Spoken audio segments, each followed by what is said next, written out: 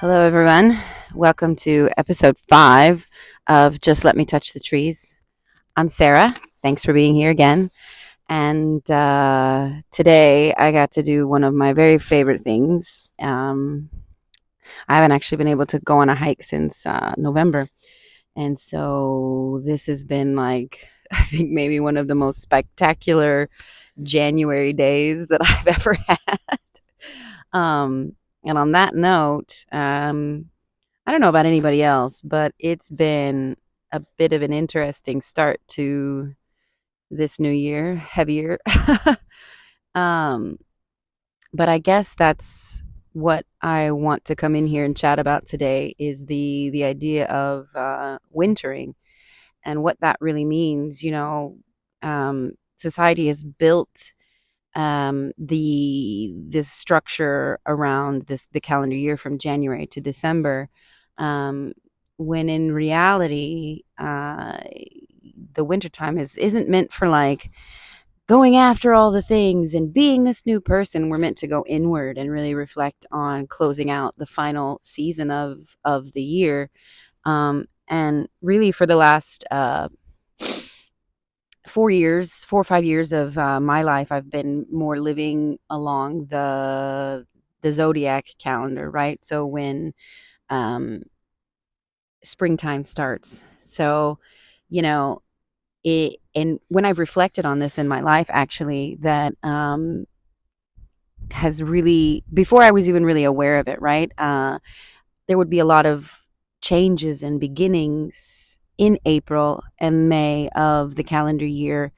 And when I really started to pay attention to that, the last few winters, I've, instead of having all of my plans like ready to go out the gate and judging myself for maybe not doing as much as I should have done. And I've said this before, we shouldn't should on ourselves, right? Okay. Like, it's not something that is healthy, and it's not something that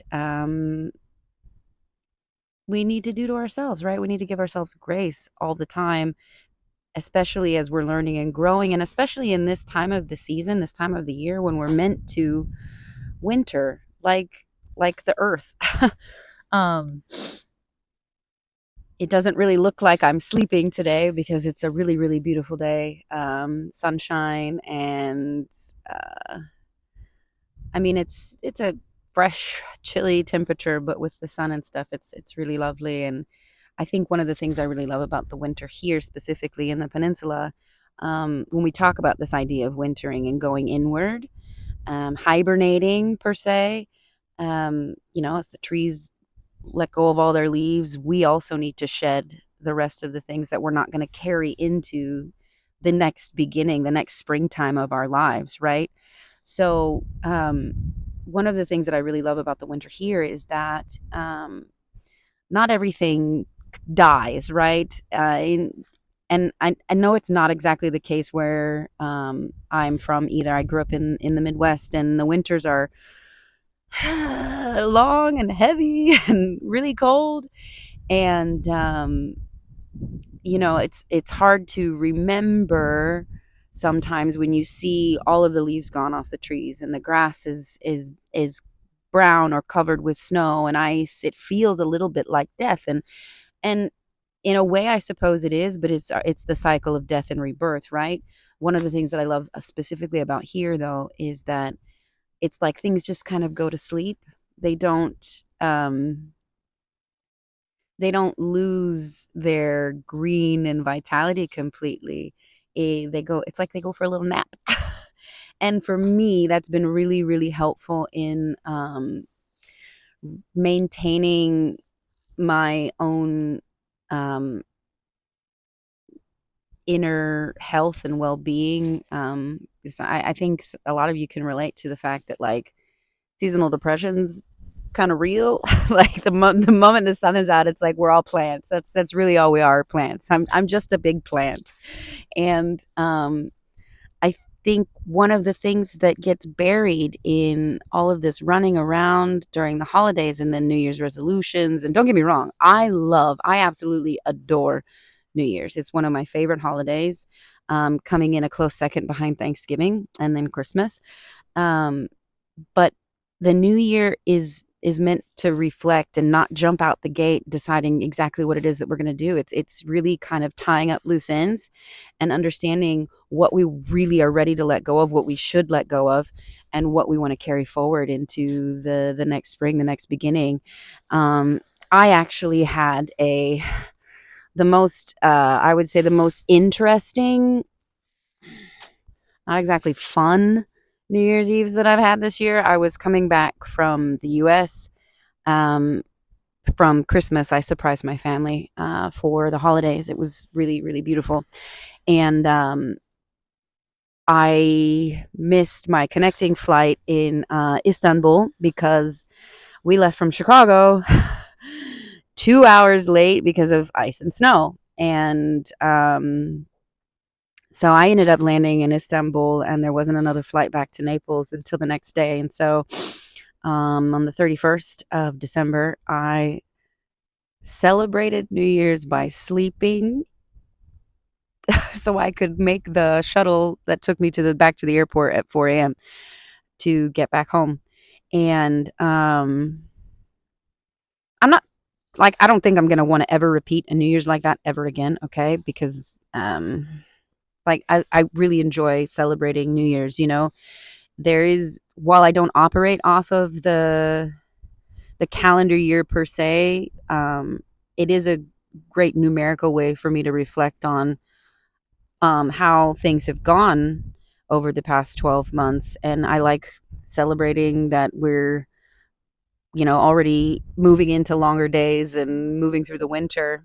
And just the holiday season in general, right? I mean, life should be a celebration, honestly. But also that carried into that week, this whole thing in Istanbul. I missed the New Year's Eve party that I was supposed to be back for with my friends. And then I was sick because I hadn't slept. I had a cold from the weather change and the time change, and just in general just being exhausted.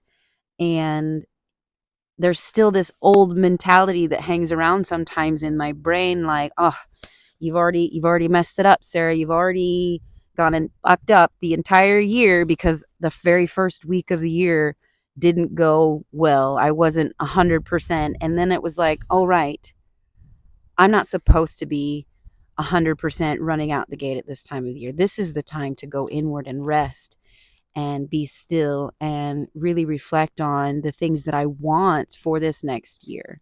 And then in February, making a plan for those kinds of things. And then in March, planting those seeds so they're ready to bloom when April rolls around. Um, and, you know, I think a lot of people have probably been feeling this heavier energy as we've, like, 2026 has not been an easy start anywhere. I mean, for me personally and professionally, and also in the world, you know, I think it's been one of those things that if we're not aware of the fact that the winter is for rest, wintering, we need to winter also as a society, it gets really hard to stay optimistic, especially when things have started in such a way that make us think, oh my God, this is it. Doom and gloom and um, losing hope. And I don't think that that's where we need to go collectively as society. And we start to change that with each one of us, right?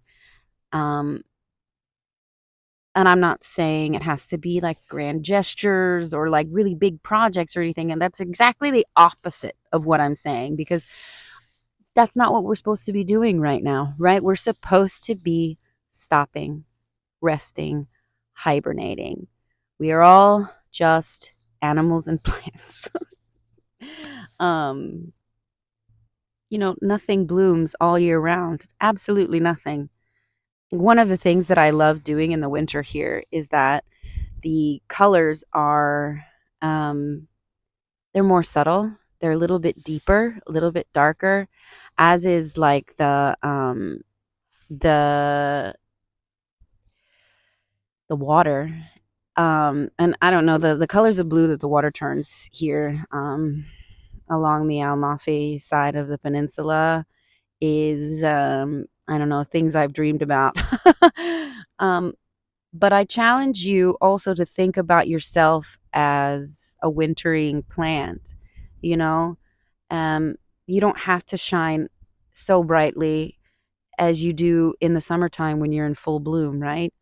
The idea here is to take care of yourself inside and also nurture that so you can arrive in a place in a healthy way to bloom, to be in full bloom in the summertime, right? So I challenge you, and this is something that I'm going to be doing over the next few months. I'm going to challenge you as I wrap up this little chat here alongside on I don't know if you can see.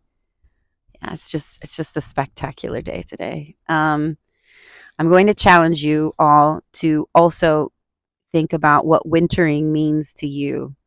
What does January mean for you? For me, it's rest and reflection. January is meant to look at the areas that I did well last year, that I feel I did well as think about where I could have done better and what I would like to see happen in this coming year. Um, and then think about February. What kind of plans do you want to make? What kind of self love do you want to give yourself so you can prepare yourself to plant the seeds that you'll harvest, right? And then March, we start to wake back up.